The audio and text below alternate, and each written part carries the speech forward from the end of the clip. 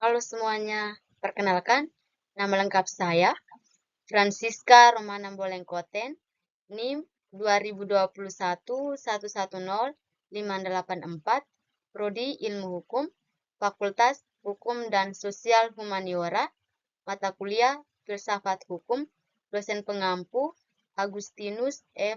Pascalinodadi, SPhil M. Hum. Saya akan menjelaskan materi filsafat tentang efektivitas hukum dan efektivitas penegakan hukum. Isu hukum yang menjadi kajian dari filsafat hukum adalah masalah efektivitas hukum dan penegakan hukum. Berbicara mengenai efektivitas hukum dan penegakan hukum dalam masyarakat Indonesia, berarti berbicara daya kerja hukum dalam mengatur dan atau memaksa warga masyarakat untuk taat terhadap hukum.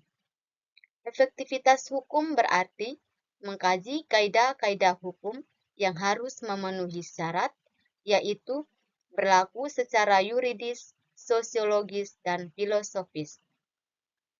Hukum pada hakikat adalah berfungsi untuk mengatur dan membatasi serta memberikan sanksi bagi yang melanggarnya, maka hukum mempunyai peranan yang sangat penting bagi kehidupan manusia dalam masyarakat. Oleh karena itu, pembahasan mengenai hukum tentunya tidak terlepas dari manusia dan masyarakat. Menurut Sudikno Mertokusumo, menyebutkan hukum ialah keseluruhan kumpulan peraturan atau kaidah-kaidah yang ada dalam suatu kehidupan bersama, yaitu memuat tentang aturan, tingkah laku, dan berlaku di dalam suatu kehidupan bersama di masyarakat yang pelaksanaannya dapat dipaksakan dengan suatu sanksi. Bekerjanya hukum di masyarakat diharapkan supaya hukum bekerja sesuai dengan fungsinya, yaitu untuk menghadirkan ketertiban yang adil. Upaya menghadirkan ketertiban yang adil, maka aspek keberlakuan hukum atau law in action menjadi penting karena dalam aspek inilah hukum membaur dengan masyarakat sebagai lahan pergulatan hukum untuk mewujudkan keadilan di masyarakat. Ada 3 keberlakuan hukum apabila ditelaah dari sudut pandang semantik atau ilmu, yaitu 1. Keberlakuan kaidah hukum secara faktual.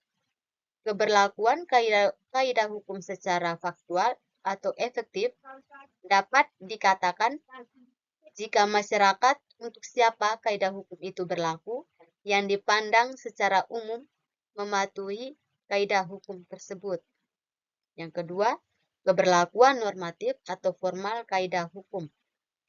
Positivitas tidak hanya efektivitas adalah syarat mutlak untuk keberlakuan normatif suatu tatanan hukum. Yang ketiga, keberlakuan evaluatif kaidah hukum. Suatu kaidah hukum dipandang bernilai jika didasarkan atas substansinya yang memiliki kekuatan mengikat atau sifat mewajibkan. Surjono Sukanto menggunakan tolak ukur efektivitas dalam penegakan hukum. Ada 5 hal. Yang pertama, faktor hukum. Berfungsi untuk keadilan, kepastian, dan kemanfaatan. Dalam praktik penyelenggaraan hukum di lapangan, ada kalanya terjadi pertentangan antara kepastian hukum dan keadilan.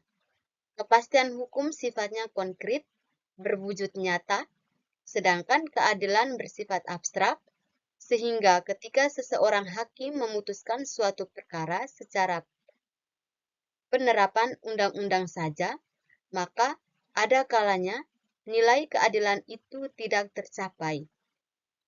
Maka melihat suatu permasalahan mengenai setidaknya keadilan menjadi prioritas utama, karena hukum tidaklah semata-mata dilihat dari sudut hukum tertulis saja. Yang kedua, faktor penegakan hukum. Dalam berfungsinya hukum, mentalitas atau kepribadian petugas penegak hukum memainkan peran penting. Kalau peraturan sudah baik, tetapi kualitas petugas kurang baik, ada masalah.